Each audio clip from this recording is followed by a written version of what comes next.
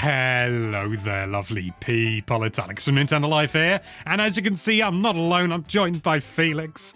Welcome to the most exciting video on the Nintendo Life YouTube channel to date. The most exciting, because today we are looking at a patent. Yes. And it has some really cool stuff in it. It basically confirms some suspicions, well, things that were basically like, yes, it's going to be this, but these patterns really just showcases, yes, it's exactly what everyone thought it was. Yeah. So, and there's a lot of pictures. So why don't there are, yeah. We're probably not going to go through all of them, but as you can see, I'm sharing my screen with everyone because this is a much easier way to edit. So let's start off with figure one. We're not going to really go over the text because the text is long, but we have looked at some of the text, so we have a few interesting little bits. So as you can see, this is the best look at the Switch 2 Joy-Con that we've seen thus far. It's all detailed. I don't think the scale is right. I'm going to put it out there because if you later on you'll see some hands, and the hands they look like child's hands, and these things are minuscule by comparison. But we get to see the whole kit and caboodle here. We got the connector, 160. We'll often be referring to numbers. Look at where my mouse is to find out where they are. And the main part of this is 170. That is the optical sensor, and that is what they confirm. They say it could be an optical sensor. Patents are like that. It's always very vague. We get to see it from all different sides here. This is from the base, and you can see this this line going up here. And what's not labeled is an infrared camera, so that's a nail in that coffin. And one thing, if you stay on this image, Alex, one thing that a lot of people might be thinking, oh, do they finally reveal what this new button does? No, it's not even here. The new, yeah, it's just missing. They're really, they know we want to know. But it comes up later. Exciting time. Stick around for that.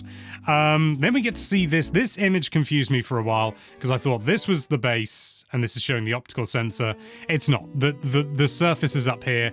This is the optical sensor. There's a light emitting diode here, or some sort of light emitter. Could be a laser. It's probably not, but some sort of light emitter and some light receiver. You can see it goes pa-ping, pa-ping. And depending on how it changes, it knows whether it's being moved or not. It's literally how all mouse sensors work. The one in the bottom of yours will do exactly the same thing. And one thing to keep of note is this also gives us a really good vista of how the buttons, like the trigger things are. Because 130 is a lot bigger than it is on the Switch. You can see it right here. I'll hold one up. Oh, I was about to do the same thing. It's not Double Joy-Con. Focusing? Come on. It's because it's focusing on my face. Is it now? No, I'm afraid not. Everyone's going to have to look at mine. There we go. But yeah. Oh, you can't hear me that well. I'm too. But you can see this button. It's very different. Like, it has a different shape. It's like it's bigger on the new thing. All right, then. Thanks, camera, for working. Anyway, yeah, so, and there's also a much smaller gap there, which means that using it in the mouse mode will be more comfortable. I mean, at the moment, my fingers dwarf the buttons, but, you know, it's fine. I've got big hands. It's just something you got to live with. Here, this image isn't very interesting, but it's talking about the next image. So figure 4 is just the appetizer. The main course is this. All this is basically showing is... Yeah, why is this interesting, Alex? Well, I'll tell you, Felix. So basically, this is like a... this is basically this. This is a skid pad, which allows a mouse to be nice and smooth and glide easily, and also have clearance from the button here, the shoulder buttons, SL and SR, as well as the optical sensor, because it needs a bit of a gap. That's it. Yeah. No, it's great. I had no idea what that was before you explained it, so I imagine I'm not in the same... At least that's what I believe it to be. I'm not going through all the text. It does look like that. We also get to look at the Switch here in full, the Switch 2. There's not that much really to look at here. You can see, there's the power button at 307. 302, I believe, is the either the light sensor, like the ambient light sensor, or the USB-C. The second one on the top, 301, that's the headphone port. 304 is the game card slot. That took me a while to remember. And we also get to see how far the Joy-Con actually go into the Switch itself.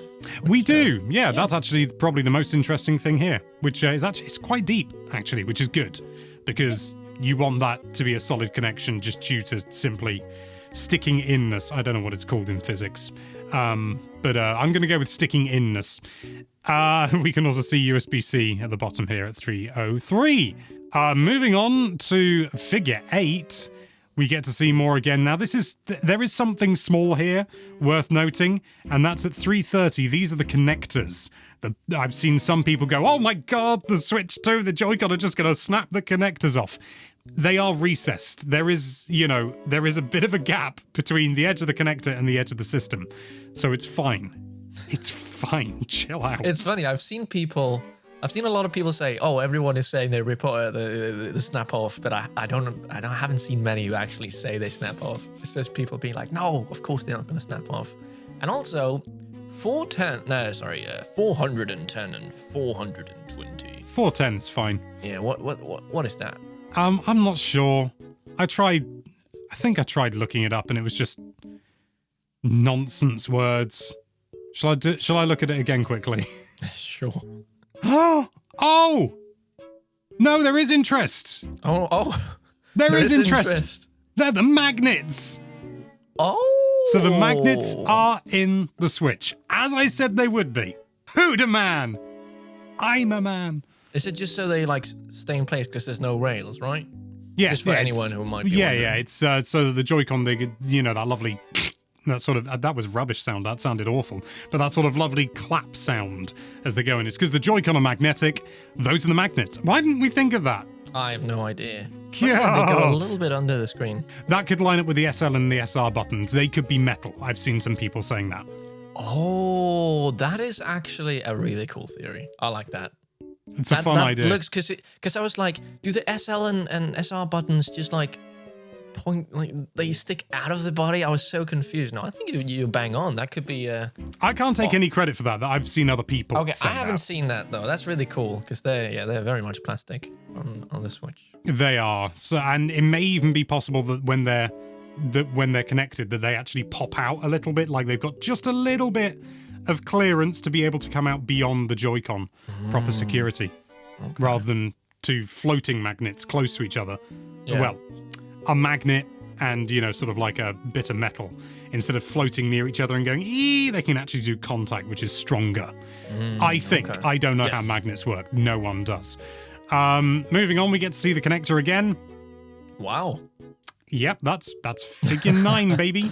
This is one of the most visually noisy images on here, if not easily the. Yeah, the magnets do. They are placed where the SL and SR buttons They are indeed, and it looks like that they are touching, in fact. Yeah. So I'm guessing the SL and SR buttons have to come out a little bit, or at least become flush. Yeah, this is too much for me, but it's cool. Oh, it's a lot. It's a lot. I'm not used to looking at patterns, even remotely, but well, in fact, shall we move on? It's too much. It's visually noisy to me.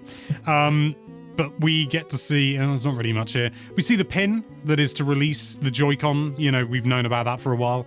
The idea is that 182, this button here, actuates this pin, 181, and just physically pushes it away. It's just like a little lever to just sort of lever them out, which is far more interesting, in my opinion, and better than an electromagnet, because when the electricity goes, it fails. No. Power off your Switch and the Joy-Cons just fall off. That was my fear when people were talking about magnetic Joy-Con, and then Nintendo were like, permanent magnets and just big chunky bits that go into it, and it's like, oh, yeah, that works really well. So explain this to me, Alex, because when I was, until right now, I've always thought that magnets interfere with electronics and stuff. You shouldn't place those near each other. That is a very old-fashioned notion and a sensible one from the time, because a lot of things, for example, magnetic hard drives, so like the old spinning disc, magnets will absolutely knacker them, or rather affect them. A lot of them have shielding and stuff like that, but even so, you shouldn't do it. Also, old monitors, CRTs, they used magnets in order to guide the beam, and that could knacker that. These days, I mean, if you got an iPad and, like the smart covers you get, they're attached by magnets. Magnets are fine. I was just really curious because, when I grew up, I was like, no, Magnets and electronics, don't put them near. It's gonna break. Well, That's I great to mean, know. Hall effect sensors are use magnets. So Okay. if these are Hall effect sticks, they're going to need to compensate when they're docked for being next to magnets. But they've probably taken that into account. I don't know whether they got some shielding, whether they just got 2 calibration modes. Who knows? Who knows? We get a look at now. There's something interesting here. It might not look like it, but there is. Anyone who's taken a Joy-Con apart, with, you know, like regularly, if you've done it once or twice, you might have been lucky, like Felix, as we discussed beforehand, and not lost the spring underneath the trigger. Did you get? I found it, thankfully, but it took a long time. Yeah, there's just a standard like coil spring under the trigger here, and it's very easy to lose. It just wants to ping out. And if you look at 515 here, this is instead more of a sort of a lever action spring. It's still technically a spring, but that's not going anywhere. You're not going to lose it. And that's the best news I've had all morning. That is it. And you can see, oh yeah, I suppose you can see, in case anyone's going, does that mean it's going to be analog? If you look at 581, that is a standard, and they even refer to it in the text as a tact switch. That's a translation thing. I imagine it's tactile switch, which is like a clicky switch, like you get in the the bumpers up here, as opposed to a rubber switch. That is a bit unfortunate. I do hope that the Pro Controller does have some nice triggers instead. I mean, it makes sense why it's a clicky one, because if you need to use it as a mouse, use that extensor, it does need to be clicky. So it's just, yeah, we'll get to see. I'm so excited to see the Pro Controller. If it's just, I think they can do some cool stuff with that.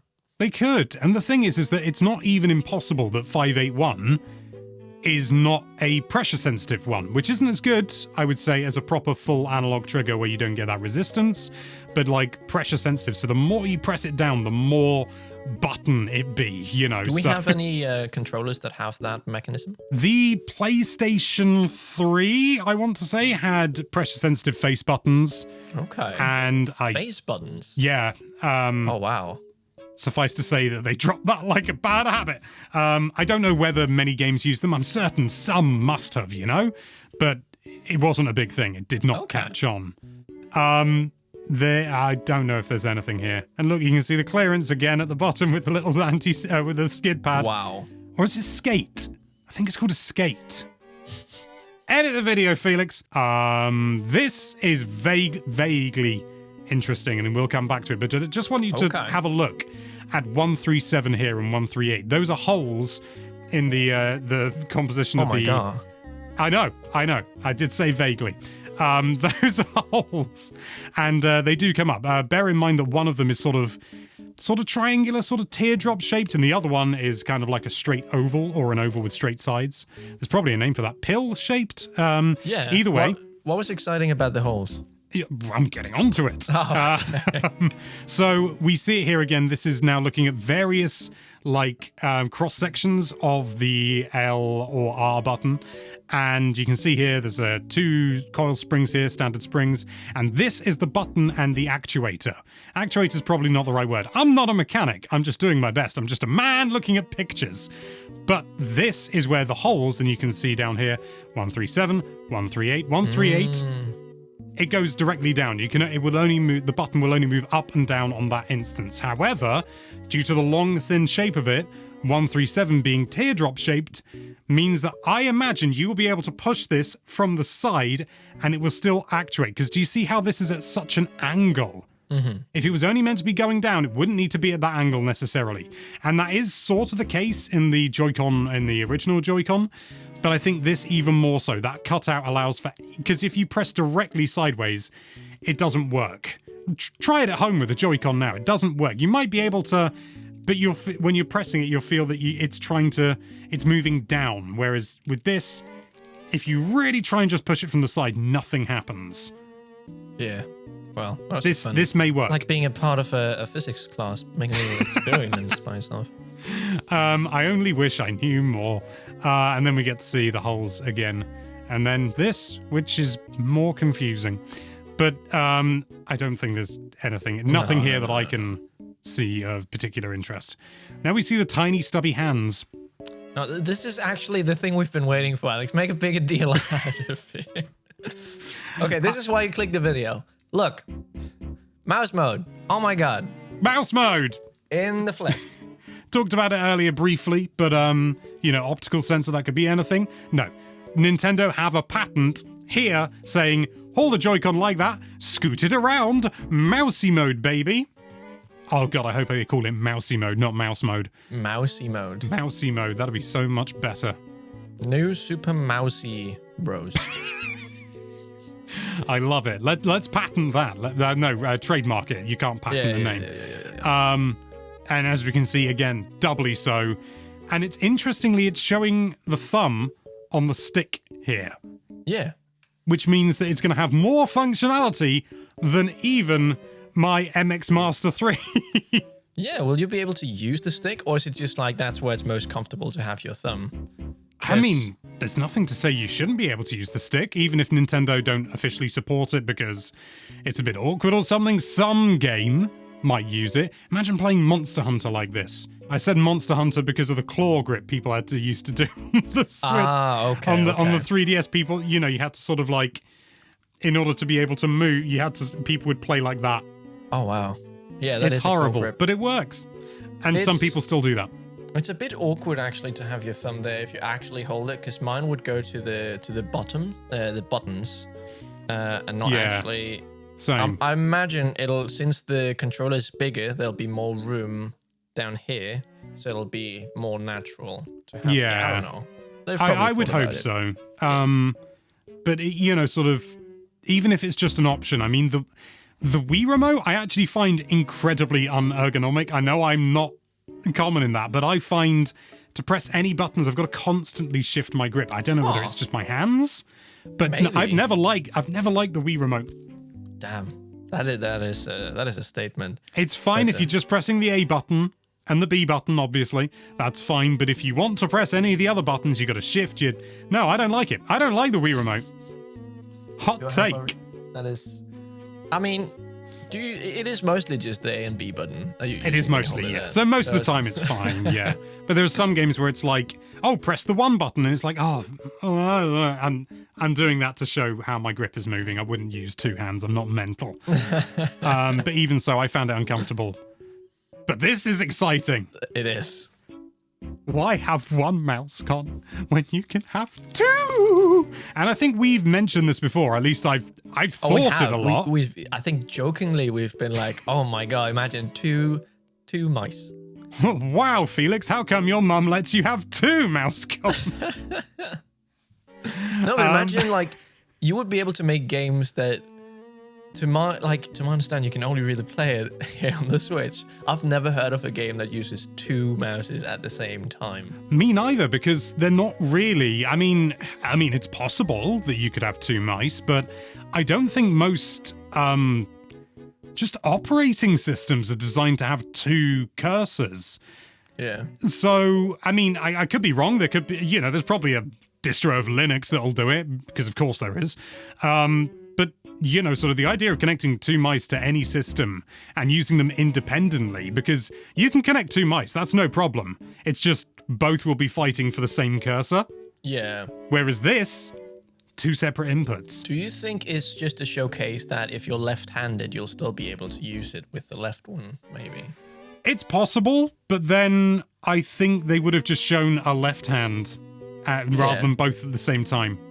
Why leave that functionality on the table? Some game is going to make use of that. As long as the Switch 2 supports it, some game's going to make use of it, and it's going to be mental. And here we can see another way of doing it. This is actually what I'm most excited for, because I've never, it's either mouse or controller. But here, it's like a whole new way of playing. Yeah. This is why I like Nintendo. They come up with like a new idea that we haven't seen anywhere else before. It's really, really cool. And this is actually, I'm sure there will be, plenty of people who love their mouse and keyboard, and more power to you. I don't mind one bit. I don't really care for keyboard controls personally. I find them a bit clunky, but I've used them plenty of times before anyone says anything. the benefit of this is that you get the precision that you get with mouse aiming. Oh, look at all that fine motor movement. Oh, which is a good thing. I hasten to point out that is a really good thing, and I can understand why so many people like it. So you get all that with this, but you also get the analog input of a stick. And yeah, okay, it's a small stick on the Switch, on the Joy-Con 1. It's slightly bigger on Joy-Con 2 as far as we know. But also, well, as we'll see later on, I've just worked it out. What? You'll see in a moment. You'll see in a moment. So you'll get the analog input of this, and some people do get analog input with their keyboards for keyboard and mouse using pressure-sensitive keys. I'd forgotten that until just now. So you get the best of both worlds, which is really cool. It's snowing. It's not here. I wish I could. International friends. Moving on. Hey, you can use the Joy-Con on their side, Felix. Who'd have thought it? Was this your epiphany? No. I just got it. You can use it on the side. There's not really much to see in these images. This was my epiphany. Is this the Pro Controller? It's the Pro Controller. Oh my god. I just thought that they were covering their bases and they were like, hey guys, you can do this. A Pro Controller that splits into two. That's very cool. Because then the Pro Controller gets the mouse mode. Yeah. I mean, I've got to be honest, ergonomically speaking, this looks like a nightmare. But a proof of concept. They may not want to reveal what the Pro Controller looks like. So I'm hoping that it's not going to have those massive square buttons as the shoulder buttons. Yeah. But that's what this is. That is very... Because I saw this picture, it's like, what is this? Yeah, I just thought, oh, you know, are they trying to sort of cover their bases? As you'll see later on, you know, they're just trying to sort of make the patent as wide as possible. No D-pad, though. Oh, yeah. Oh, yeah, because you... Oh, dear, we are in trouble. Again, this is only a proof of concept. You know, it's a patent. It's not necessarily indicative of the real thing. Also, look at how small the stick is compared to the thumb. That's like me using a Joy-Con. Look at the buttons. They are the same size like a mouse. Like a 640 and a 630. They are, yeah, they're equal. Maybe this is not a Pro Controller, but just a more ergonomic mouse. Like there'll be like a Pro Controller, there'll be like a mouse controller, and then there's the Joy-Con. Could be. Maybe, but then again, I think I'm gonna use a Pro Controller as best I can. I'm just sort of scooting it back and forth and doing my best to imagine what it would be like if this was half a controller. I think that'd be fine. I don't think you'd need 3. I think this is just intentionally vague. I'm really hoping it's intentionally vague. And we'll get something more Pro Controller-esque, but just with this kind of idea. My bet is that there'll be 3 things, because then they make much more money. I think they'll be shooting themselves in the foot if they do 3. But then all you need is something to bridge the 2 controllers together to make something more like a Pro Controller. And it'll make it stand out more compared to an Xbox controller. Not that I think it needs to, but, you know, a lot of people... I saw something... Someone sent me a clip of someone saying, like, who would use a Pro Controller... Like, who would choose a Switch Pro Controller over an... It's just a worse Xbox controller. Man's probably never used a controller in his life. And then we get to see now this. Are you looking? I am looking. I'm not talking to you. I'm talking to the lovely people. They are looking too. I know you're looking. From them. Yeah. You're reliable, but they're probably off doing the washing up or something like that. Come back and have a look at this. This is an original Joy-Con. Yeah. With a slight difference, 2 in fact. 1, 774. That's the optical sensor. Number 2, it's got the flaming C button. Yeah, that one's got it. That's so weird. Why is it? And before anyone says, is this really an original Joy-Con? It's got the original Joy-Con rail system. It's essentially identical. Let me do my best. That's the wrong way around, Alex. So you can see even got that little... bigger? I feel like they are. Oh, yeah. This is another reason why I say I don't think this is to scale. Because that is very different. Yeah. But we do also get to see the rails. So you see the edges here saying, look, this is how it goes in. So I think this is them covering their bases. Either that, or they're going to release Switch 1 Joy-Con, like in this style, the work with the Switch 1, but also have mouse mode. Maybe so they can have cross-platform Mario Maker 3? Yeah, or like you can use it in Metroid Prime 4 or stuff like that. Maybe. Yeah. That's a possibility. It feels like a big investment to buy Switch 1 Joy-Con with a mouse input for that. I imagine if they do go down that road, I think they're covering their bases. I think it's so that you can play the cross-platform games and not having to buy a Switch 2. But then again, wouldn't that be stupid from Nintendo being like, no, I guess it totally Sorry, it was just I'm not laughing at the idea. It's just how you just wouldn't that be stupid? Just so blunt. I love it. No, but I mean it would make sense, but from Nintendo's perspective, you want people to buy the next Switch, and you would do that with a new feature so that you can use the feature on the old thing. I don't know. It's just a funny thing. It would be lovely though, because then for people, then you don't need to upgrade unless you want more power. Yeah, my only I think, I suppose from Nintendo's perspective, they could release this as kind of like a way to upgrade your Switch. But it's a stopgap, you know? It's sort of like, hey, we've got 150 million users out there, or probably more like 100 million, and then suckers like us who buy more than one. They got all these users out there. Why would they scupper their chances for, you know, sort of games that will require the mouse mode and just locking them out? Yeah. It does mean that people are less likely to buy a Switch 2, I agree. But I do think that there are going to be some games that won't allow it. But this will be kind of like a stopgap situation. Yeah. I'm very excited to see what they do. This is it's making it feel so real. Like, yes, there is a mouse mode. Oh my God.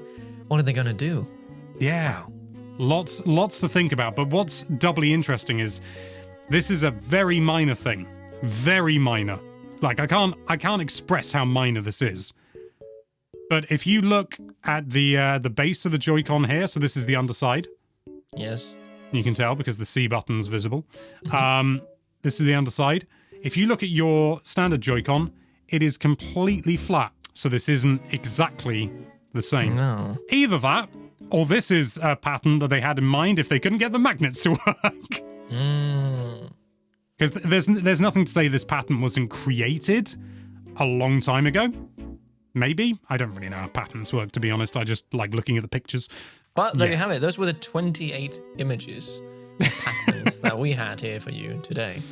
28, and now I'm very brightly lit. Yes, but have you had any thoughts? Have you looked through this pattern? Did you notice something in the video that we didn't? Let us know with a comment down below.